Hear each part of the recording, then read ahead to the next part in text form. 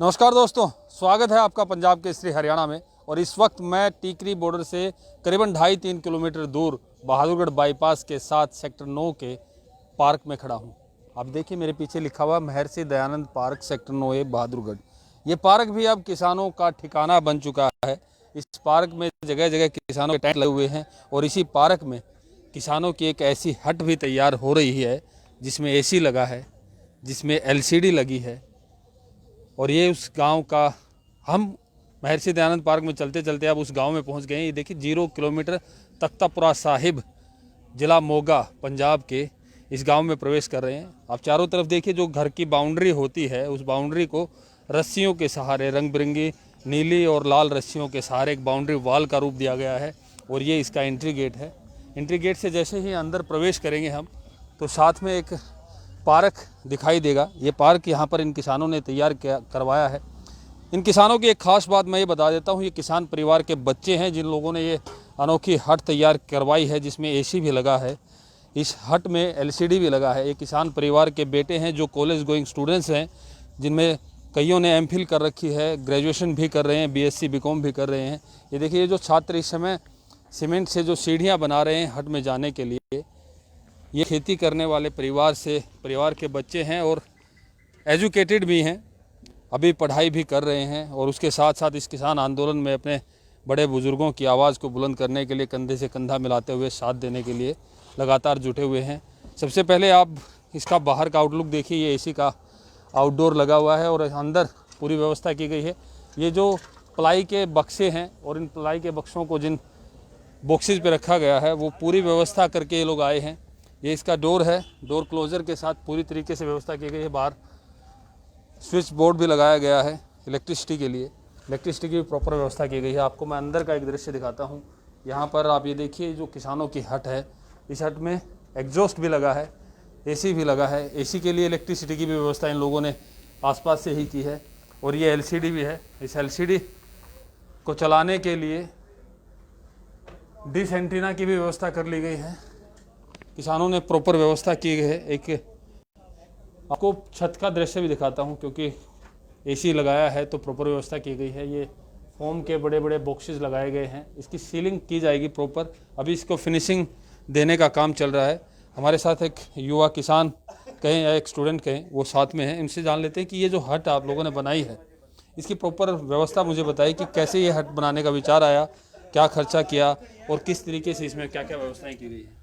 जहाँ पर आप देख ही रहे हो, गर्मी का मौसम है। गर्मी के मौसम को देखते हुए, मतलब गर्मी बहुत ज़्यादा है दिल्ली में, इसीलिए हम AC, बुजुर्ग लोग हैं हमारे साथ, उनके लिए रहने के लिए AC लगवाया है। और सीलिंग करेंगे, प्रॉपर तरीके से कंप्लीट करेंगे इसको। AC लगाने से तो अभी जो किसान नेताओं से बात हो रही थी, प्रशासन के साथ भी मीटिंग हुई, किसान नेताओं ने भी कहा कि वो यहाँ पर आंदोलन करने आए हैं।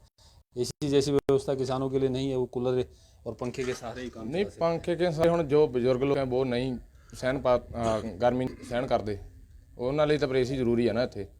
ਇਸ ਲਈ AC ਲਾਇਆ, ਬਜ਼ੁਰਗਾਂ ਲਈ ਲਾਇਆ। ਸਾਨੂੰ ਨੌਜਵਾਨ ਨੂੰ ਕੋਈ ਚੱਕਰ ਨਹੀਂ। ਸਾਡੇ 2 ਘਰ, ਇੱਕ ਇੱਥੇ, ਇੱਕ ਇੱਧਰ ਬੈਕ ਸਾਈਡ ਆ। ਅਸੀਂ ਨੌਜਵਾਨ ਉੱਧਰ ਰਿਹਾ ਕਰਾਂਗੇ, ਬਜ਼ੁਰਗ ਸਾਡੇ ਸਾਰੇ ਇੱਥੇ ਰਿਹਾ ਕਰਨਗੇ। कितने लोगों की व्यवस्था है यहाँ रहने की? ਇੱਥੇ 30 ਤੋਂ 40 ਲੋਕ ਰਹਿ ਸਕਦੇ ਨੇ।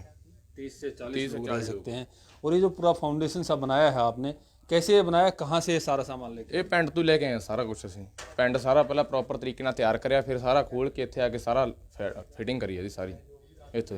एक तरह से अस्थायी ढांचा कह सकते हैं इसको। हाँ जी, जाते खोल सकते हैं जाते वक्त। क्योंकि अब तो प्रशासन लगातार जो पक्के निर्माण कर रहे हैं, जो बोरवेल लगा रहे हैं, उन पर FIR भी दर्ज कर रहा है। ਨਹੀਂ, ਇਹ ਪੱਕਾ ਨਿਰਮਾਣ ਨਹੀਂ ਕਹਿ ਸਕਦੇ ਆਪਾਂ ਨੂੰ। ਇਹ ਤਾਂ ਟੈਂਪਰੇਰੀ ਇੱਕ ਆਪਣੇ ਰਹਿਣ ਵਾਸਤੇ ਆ, ਮਤਲਬ ਗਰਮੀ ਤੋਂ ਬਚਣ ਲਈ ਇਹ ਚੀਜ਼ ਆਪਣੇ ਲਈ। ਪੱਕਾ ਨਿਰਮਾਣ ਨਹੀਂ ਹੋ ਰਿਹਾ ਇਹ, ਮਤਲਬ ਇੱਕ ਕੇਰਾ ਆਪਣਾ ਰਹਿਣ ਬਸੇਰਾ ਹੋ ਜਾਏ ਇੱਥੇ, ਇਹ ਚੀਜ਼ ਲਈ ਬਣਾਇਆ ਸੀ ਇੱਥੇ। आप क्या करते हैं? ਮੈਂ BCA कर रहे हैं। और यहाँ किसान किसान आंदोलन में। परिवार खेती करते परिवार खेती करता है। और आगे क्या करने का इरादा है? आगे देखो, सरकार के तो हालात हमें देख ही रहे हैं क्या है। खेती करेंगे आगे भी, ताइयों खेल लिए उन्होंने ही लड़ रहे हैं ਅਸੀਂ, मतलब भी अगे साड़ी जनरेशन बच जाए चीज़ तो। खेती करेंगे। ये जो बच्चे हैं ये अभी ग्रेजुएशन कर रहे हैं और उसके बावजूद नौकरी की तरफ जाने की बजाय खेती को ही प्राथमिकता देना चाहते हैं और उसी खेती को बचाने के लिए अपने बुज़ुर्गों के साथ यहाँ कंधे से कंधा मिलाकर लड़ रहे हैं। आखिर आज का युवा अच्छी खासी नौकरी की तरफ बढ़ता है। आप कह रहे हैं कि खेती ही करेंगे ग्रेजुएशन कंप्लीट करने के बाद? हाँ, खेती करूँगा।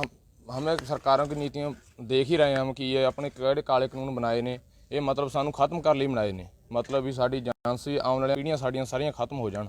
ਮਤਲਬ ਵੀ ਗਾਹਾਂ ਨੌਕਰੀ ਦਾ ਸਾਨੂੰ ਕੋਈ ਦੇਖ ਹੀ ਨਹੀਂ ਰਿਹਾ, ਇਸ ਲਈ ਅਸੀਂ ਆਪਦੀ ਖੇਤੀ ਹੋਂਦ ਬਚਾਉਣ ਲਈ ਖਾਤਰ ਆ ਬੈਠੇ ਹਾਂ, ਸਾਰਾ ਸਿਸਟਮ ਕਰ ਰਹੇ ਹਾਂ। आप तो पढ़े लिखे हैं, क्या कमियां हैं इन कानूनों में वो बताएंगे जरा। ਕਾਨੂੰਨਾਂ ਦੇ ਵਿੱਚ ਕਮੀਆਂ ਇਹੀ ਨੇ, ਮਤਲਬ ਵੀ ਸਾਡੀ ਕਿਹੜੀ ਕੰਟਰੈਕਟ ਫਾਰਮਿੰਗ ਆ ਉਹਦੇ ਲਈ ਮਤਲਬ ਸਿੱਧਾ ਮਤਲਬ ਇੱਕ ਜ਼ਿਲ੍ਹੇ ਤੋਂ ਦੂਜੇ ਜ਼ਿਲ੍ਹੇ 'ਚ ਆਪਾਂ ਨੂੰ ਇੱਦਾਂ ਵੀ ਕਿਸੇ ਮਰਜ਼ੀ ਥਾਂ ਵੇਚ ਸਕਦੇ, ਕਿੱਥੇ ਆੜਤੀ ਸਾਡੇ ਖਤਮ ਕਰ ਰਹੇ ਆ। ਮਤਲਬ ਆੜਤੀ ਸਾਨੂੰ ਕੋਈ ਵੀ ਦੁੱਖ ਸੁੱਖ ਦੇ ਵਿੱਚ ਆੜਤੀ ਸਾਡੇ ਨਾਲ ਮੋਢਾ ਜੋੜ ਕੇ ਖੜਦੇ ਨੇ, ਇਹ ਚੀਜ਼ ਸਾਨੂੰ ਖਤਮ ਕਰ ਰਹੇ ਆ। ਚੀਜ਼ सरकार जो बार बार कह रही है कि संशोधन करा लेते हैं, मंडी व्यवस्था एज इट इज़ रहेगी, तो क्या आज का युवा जो किसानी परिवार से जुड़ा हुआ है, क्या वो सरकार की इन बातों से मुखातिब नहीं रखता? ਨਹੀਂ, ਬਿਲਕੁਲ ਵੀ ਨਹੀਂ। ਸਰਕਾਰ ਤਾਂ ਤੁਹਾਨੂੰ ਪਤਾ ਜੀ ਝੂਠੀ ਸਰਕਾਰ ਹੈ। ਇਹ ਕੱਲ੍ਹ ਨੂੰ ਅੱਜ ਸੰਸ਼ੋਧਨ ਵੀ ਕਰ ਸਕਦੀ ਹੈ, ਕੱਲ੍ਹ ਨੂੰ ਫੇਰ ਲਾਗੂ ਕਰ ਸਕਦੀ ਹੈ। ਇਹ ਲਈ ਸਾਨੂੰ ਸਰਕਾਰ ਤੇ ਬਿਲਕੁਲ ਭਰੋਸਾ ਨਹੀਂ ਹੈਗਾ। ਕਰਾਉਣਾ ਤਾਂ ਰੱਦ ਹੀ ਕਰਾਉਣਾ, ਨਹੀਂ ਇਹ ਤੋਂ ਇਲਾਵਾ ਸਾਡੇ ਕੋਲ ਕੋਈ ਆਪਸ਼ਨ नहीं है। रद्द ही कराना है और इसके अलावा दूसरा कोई ऑप्शन नहीं है। हर कोई कह रहा है, कुछ और भी किसान साथ में। ये देखिए, किसान कोई अलग से मिस्त्री लेकर नहीं आए, खुद अपना काम अपने हाथों से कर रहे हैं और अच्छे तरीके से इसको सजा रहे हैं। इसको वाइट वॉश भी किया गया है। और भी किसान हैं, उनसे जान लेते जो ये युवा किसान जो काम कर रहे हैं, सीधा इन्हीं से बात करेंगे। आप अपना परिचय दीजिए पहले तो। मेरा नाम Kuljinder Singh, post graduate complete, district Moga, Punjab. Post graduate हैं आप, और उसके बाद नौकरी ढूंढने की बजाय या नौकरी करने की बजाय यहाँ पर नौकरी की है मैंने प्राइवेट बैंक में। आपको मालूम है प्राइवेट नौकरी का कितना मेंटली प्रेशर ही होता है उसका, तो जो प्राइवेट नौकरी तो बहुत मुश्किल है। तो इससे ज़्यादा हम खेती कर लें, वो बढ़िया रहेगी हमारे लिए।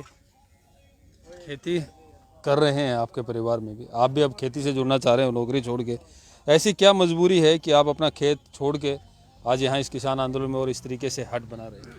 यही है ना, जब हम ना आएंगे तो हमारे बूढ़े बुजुर्गों को तो जो कोई भी बात नहीं समझेंगे, तो हम तो आना ही पड़ेगा। हम आएंगे, हमारे पीछे और लोग भी आएंगे, तो तभी के हम सभी के सभी जहाँ पर आ रहे हैं।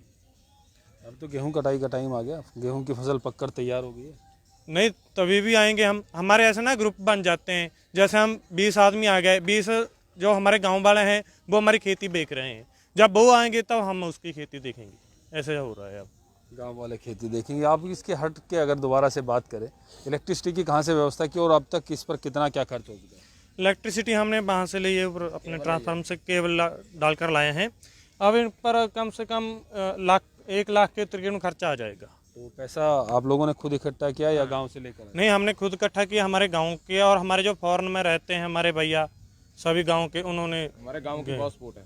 हमारे गांव की फुल सपोर्ट है। और फॉरेन वाले वो हैं, हमारे जो लड़के हैं हमारे भैया हैं, सभी भेज रहे हैं हमको। देखिए, पंजाब के हर गांव से कोई ना कोई युवा विदेशों में गया हुआ है रोज़गार के सिलसिले में, काम धंधे के सिलसिले में, और इस किसान आंदोलन को सफलतापूर्वक चलाए रखने के लिए वहाँ जो युवा काम कर रहे हैं वो भी लगातार फंडिंग कर रहे हैं, ताकि यहाँ टिकरी बॉर्डर और सिंधु बॉर्डर पर जो किसान डटे हुए हैं उन्हें किसी तरीके की तकलीफ ना हो। अब इस जो हट है, हट के ठीक सामने एक पार्क बनाया गया है। इस पार्क पर भी तकरीबन 2700 रुपये खर्च आया है। 10 रुपये स्क्वायर फीट के हिसाब से घास लगवाई है, यहीं से ये घास खरीदी है। और ये लगातार युवा इस हट को प्रॉपर फिनिशिंग टच देने में लगे हुए हैं। आज शाम तक इसको फिनिशिंग टच दे दिया जाएगा और इस हट के अंदर